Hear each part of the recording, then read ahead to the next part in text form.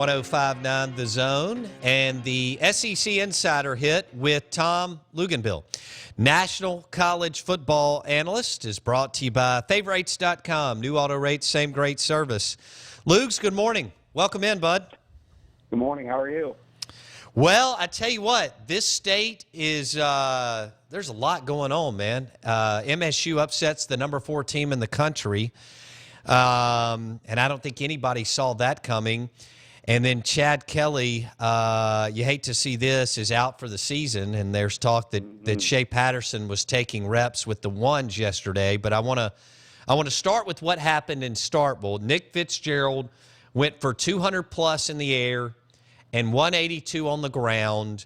And how impressed are you with that win, considering they had lost 3 games on the last play of the game to South Alabama, BYU, and Kentucky this year? Well, I think it shows that the team is responding. They haven't folded their tent. They haven't said, I'm taking my ball and I'm going home. Obviously, the quarterback is something to build around. I mean, he is an athletic, big, physical kid that can make throws. He's a guy that I think Dan Mullen's got to feel really excited about, to put some components around him, get a little bit older, get a little bit more experienced, and obviously they've got to upgrade themselves on defense. But that kid's pretty darn good, and he gives them a chance each and every week. I was a little bit surprised by what took place, in the sense that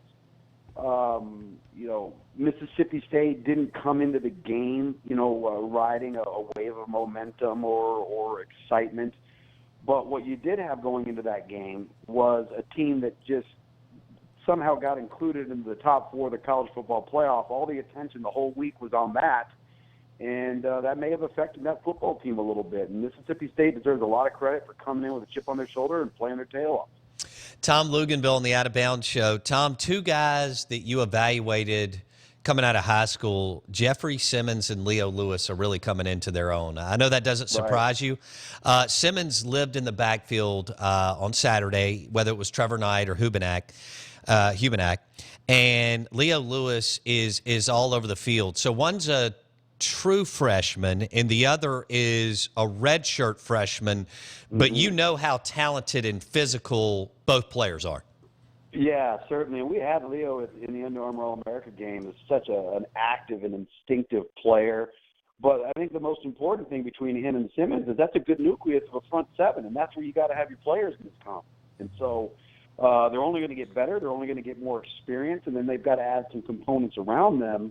But it was a good weekend for Mississippi State's fan base. It was a good weekend to see a team down the back half of the schedule decide to answer the toll. I think that's something that's got to be exciting for them. There's all kinds of as somebody who, you look at this from afar, and there's been talk that MSU fans were time for a change.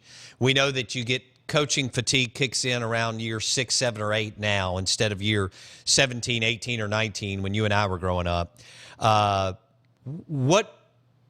What is your take if you heard let's say somebody, you were at lunch today, and an MSU fan threw that out that, hey, it's time for a change, Mullen's lost some games that he was supposed to win. What would be your response? That they're spoiled brats and have a short memory of how bad it's been before. That would be my response. I think that in college football now, you start tasting the level of success. You start to expect it maybe before it's earned, and you lose sight of the fact that there are still programs, and I think Mississippi State is going to always be one of these programs, where you're going to have some dips. You may have a 4-8 in there. You may have a 5-7 in there that's gonna fit somewhere in between a 10-2 or a 9-3, or maybe on a great year on 11-1. The reality of the situation is, when you are a developmental program, and you could say the exact same thing about Iowa, you could say the exact same thing with what Michigan State's going through right now. That's going to be part of the equation. I think fans have got to realize that there are programs that are going to be able to sustain year in and year out double-digit win seasons because of who they are, what they have at their disposal. And then there are other programs that are going to be able to pull that off but not sustain it year in and year out. You're going to have a few more valleys to go along with your peaks. And the reality of the situation is Mississippi State's one of those programs. And Dan Mullen acknowledges that. Dan Mullen calls his program a developmental program, and that's exactly what it is. Framed it up well there. Tom Luginbill on the New Belgium Fat Tower Hotline. He was talking Mississippi State and A&M. Dan Mullen beats the number 4 team in the country. Now they go to Bama, but they do have Arkansas at home. That may be a winnable ball game. And then, of course, the Egg Bowl in Oxford. So, Tom, Chad Kelly will undergo season-ending surgery. His career is done at Ole Miss, and he played great last year and this year. I thought he had all the pressure on him this year without that running game, and played really well too. Shea Patterson, a guy that I don't know how many interviews you and I have done on Shea Patterson, but it's been a bunch, Yeah. okay? You said this a year and a half ago. You said, Bo, he's the most ready-to-play QB in the 2016 class. So if it's true that he was running with the ones, and they're going to start to work him in the last 3 games of the year, hoping they win 2 or 3, and he gets 15 practices for a bowl game. Tell me again about Shea Patterson and what we could expect the next 3 weeks. Well, and when I made that statement knowing the offensive scheme that he was going into that fit him very well. So if the opportunity did present itself to play, I didn't think there was going to be a very steep learning curve. Now, if this was taking place in week 4, I think you play him, you compete him and Pellerin, away you go, and see what happens. I don't think you do it now. I got to be honest with you. If you've made it this far and you've been able to preserve him, I personally would try and preserve the rest of the year and have him come into next spring, compete to be the starting quarterback, and still have a minimum of 3 years to go, if not 4. To me, that's the long-term value. Now, if they feel like he can make an immediate impact and get them 3 wins, which I don't know if that's fair to put on the kid, then, hey, by all means, take a shot. But I wouldn't play him, to be honest with you, unless you absolutely had to. Oh, well, all right. So you're not in favor of, quote-unquote, ripping off the red shirt in Game 9? Not at this 10, stage. excuse me. I just don't know if you have to do it. If you preserve to this point, and when they've had opportunities for somebody else to go in, they haven't put him in the game. And I think you'd like to preserve that if you can. Okay. In other words, if they were not 4-5 and they were 7-2, would you reconsider? I don't even know so much about that. I think it's more about the timing of the season. Okay. In relationship, and listen, they may need him. And if they need him, they might have to make a decision during the course of a game. Right. But if they've been able to make it this far and preserve that red shirt and develop him at a reasonable pace, and listen, I may be in the minority here, but we're not talking 6, 7, 8 games to go here. That's not the situation we're in.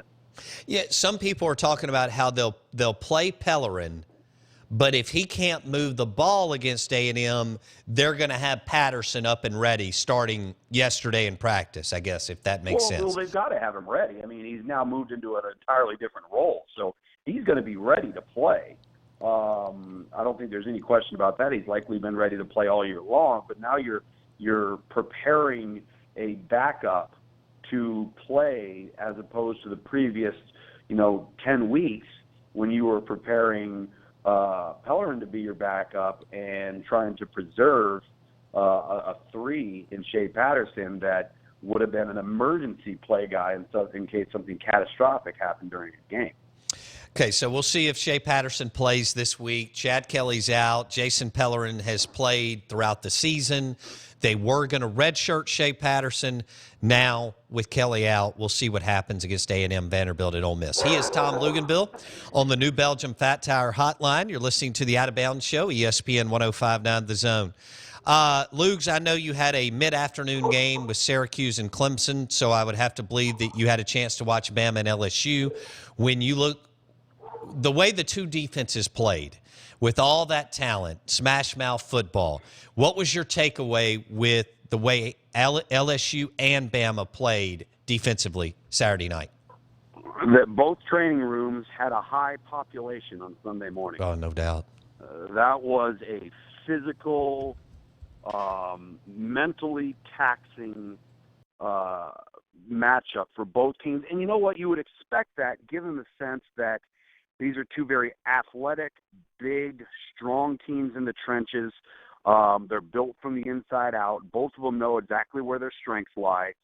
I thought that was a game that displayed two teams with, at times, immeasurable talent, and one team just happened to make one or two more plays than the other one. I mean, it's that simple. And sometimes, when it comes down to it, it's not the plays that you make; it's the mistakes that you don't. And so, I thought that was as well played a game between two teams who know exactly what they are, knew exactly what the challenges were going to be coming in, and then one team just happened to just have a couple of extra plays in their back pocket. Man, I tell you what, when Jalen Hurts threw that pick early, Lugs, and LSU did not take advantage of it, I just thought, Bama sometimes doesn't give you one opportunity, but to give you that opportunity early in the game and not cash in at all, you can't do that against Bama. And where it was on the field.